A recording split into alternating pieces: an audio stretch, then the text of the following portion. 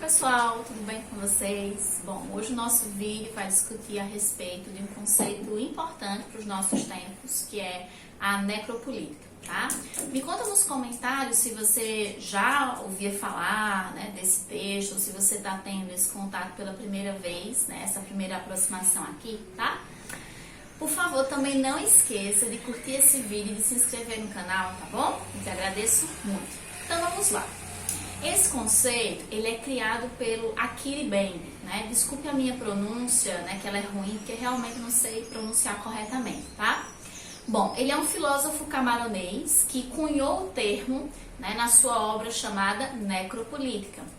Ele hoje atua como professor na Universidade de Joanesburgo, na África do Sul, né? É um dos maiores centros de excelência em pesquisa no mundo, né? E ele possui formações diversas, inclusive em ciência política, que é a área de conhecimento que o livro mais se debruça, né? O materialismo histórico, ele circunda o pensamento de Mbembe em um mundo, né, que se constitui pela violência contra corpos racializados e escravizados, segundo ele, tá? O autor hoje tem uma produção extensa de quase 60 livros, com destaque para a crítica da razão negra. Bom, mas falando da sua obra Necropolítica, esse é um estudo que traz uma consistência teórica muito importante a respeito do gerenciamento da morte pelo Estado, tá? Nessa obra, o autor lança um olhar diferente, né, sobre a biopolítica, né, se aproximando de uma leitura sugerida por Giorgio Agamben, que é um autor que formula as políticas gregas, né, como precursoras do controle sobre a morte dos outros, né?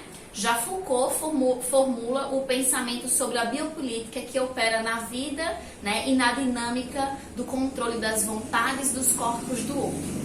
Agamben, ele se propõe a olhar para as políticas da morte como uma macroestrutura operante em países colonizados e o seu funcionamento através da soberania que gerencia a morte. Em outras palavras, a necropolítica é a morte como política. E para fazer essa análise, né, o Achille Mbembe, ele faz uma análise dos estudos Foucaultianos e pós-Foucaultianos de biopoder, ou seja, o poder que se exerce sobre o corpo do outro, sobre a vida do outro, e nessa perspectiva, o Estado teria o direito de decidir acerca de quem vive e quem morre. Ele vai contextualizar a obra de Agamben no que diz respeito ao estado de exceção e a sua estrutura, né, normativa durante especificamente o Holocausto. A obra também vai trabalhar a soberania de uma nação enquanto um instrumento de morte do outro, né, e como ferramenta de guerra por meio da imposição do poder. Então, nesse sentido, ele dialoga, né, com o Agamben quando constata que cabe à soberania fazer um limiar entre direito e morte. Então, nesse sentido, o direito de matar é tido como uma construção ficcional de um grupo inimigo. Inclusive, foi uma estratégia utilizada, né, pela nossa atual gestão governamental no Brasil, que elegeu alguns grupos como inimigos, né, como os indígenas, a comunidade LGBT, QIA+, enfim. Os que devem viver e os que devem morrer são selecionados por esse modelo de Estado. A vida do outro, né, o inimigo, que geralmente é animalizado, desumanizado, portanto, historicamente destituído da sua humanidade, passa a encarnar esse inimigo ficcional, gerando violência, né, e criando mecanismos de morte. Para mim, inclusive, isso beira ao delírio, né, um delírio coletivo, lamentavelmente. Então, Mbembe, ele afirma que, contemporaneamente, né, nós estamos matando a curto prazo através de mecanismos técnicos e burocráticos que materializam uma maneira sutil de matar. Em uma leitura da Hannah Arendt e de Foucault, presentes no livro, né, ele coloca que o imperialismo é a lógica precursora dos campos de concentração nazista e que manter colônias já estaria, e que ao manter colônias já se estaria mantendo a lógica de um estado de exceção e de uma guerra genocida, e que esse seria o papel soberano do Estado. Quando o livro fala sobre ocupação e colonização, ele remete ao pensamento de Frantz Fanon, na obra, né, na obra que ele vai intitular Os Condenados da Terra, que explica o que seria a expoliação dos corpos e dos territórios através da marcação de fronteiras, de territórios e etc., né, que materializa a submissão forçada. O Mbembe diz que nunca foi a intenção do colonizador instituir o mesmo tipo de política que ele adota na colônia da que ele adota na metrópole, né? Então, tudo aquilo que envolve a colonização africana passou por um aprimoramento das técnicas de matança, né? Sobre o conceito e a obra, né? Isso é um pouco que a gente está trabalhando aqui, que a gente compreendeu, e desde já eu peço desculpas por alguma simplificação. Mas agora eu quero articular com um conceito importante que nós estamos vivendo hoje no Brasil e no mundo, que é a questão da pandemia por coronavírus, tá? A biopolítica é o poder que organiza a política da vida, né? Então são táticas que regulam os corpos que vivem e quais podem viver e quais são os descartáveis, né? E na necropolítica a gente vai ter os corpos que podem viver e aqueles que podem morrer. Nós estamos diante de uma pandemia mundial, né, que segundo a Organização Mundial de Saúde, né, ela vai descrever que o Covid-19 é um vírus novo e que tem uma taxa de infecção e proliferação muito altas, né, e que não há como fazer a proteção porque nós não conhecemos bem a doença, né, por ela ser nova e porque nós não temos vacina, né, por enquanto. Então, em termos de pandemia, essa política de morte está escancarada nos pronunciamentos e nas práticas dos nossos governantes atualmente. A atual gestão governamental, ela desdenha das vítimas do coronavírus, assim como desdenha das mortes, né, pela ditadura militar. Além disso, tem um negacionismo impressionante com falas, no mínimo preocupantes, como é só uma gripezinha. Ou momentos em que grupos de fãs se aglomeram numa manifestação contra o Congresso Nacional em 15 de março, pedindo, né, acreditem, pedindo a volta do AI-5. Para quem não sabe, o AI-5 foi um ato institucional utilizado na ditadura que autorizava a tortura como técnica de extração de informações, dentre outras, né, possibilidades. Isso é, no mínimo, chocante e assustador, né? Vale dizer que além desse problema, da própria pauta em si da manifestação, havia a clara possibilidade da contaminação. E isso é claramente uma prática de necropolítica. Então é muito grave falas como essas que estimulam alguns grupos a irem para as ruas e incentiva a volta da atividade normal, né, em alguns contextos. Isso é impensável.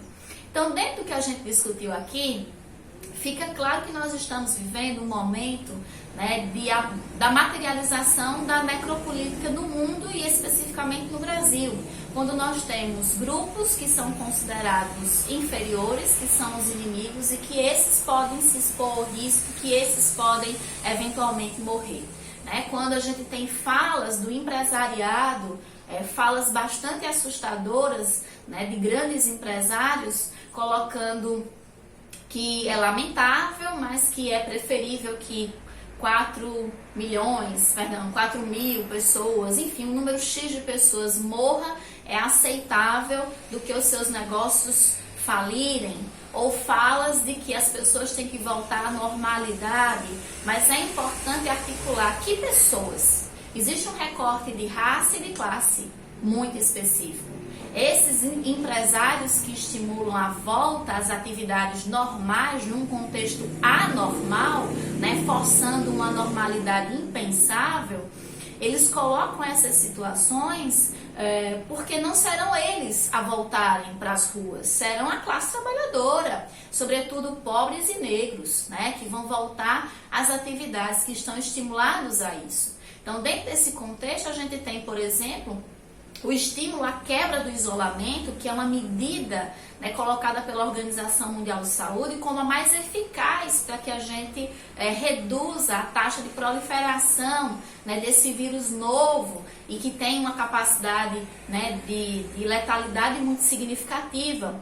Então, quando se coloca isso, é importante se perguntar: quem vai para a rua? Quem vai voltar às atividades? Esse grande empresário que coloca isso, os seus funcionários vão voltar às atividades, mas ele vai estar em casa, na proteção do seu lar, sob isolamento.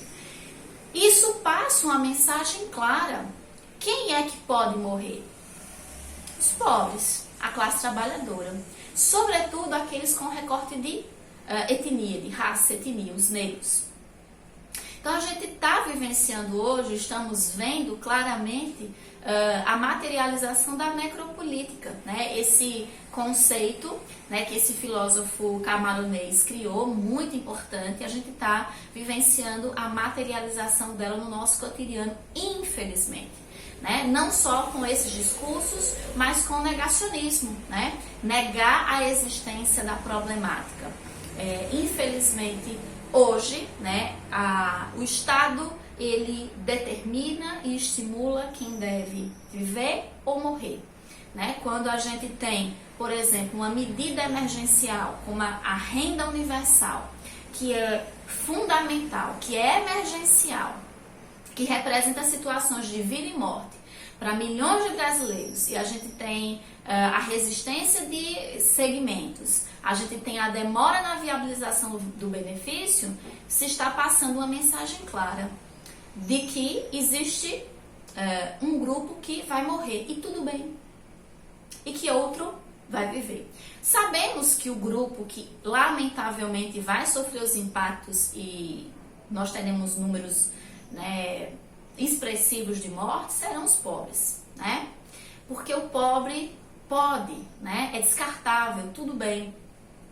A burguesia vai estar protegida, muitos inclusive, né, compraram seus próprios respiradores, os grandes milionários, né?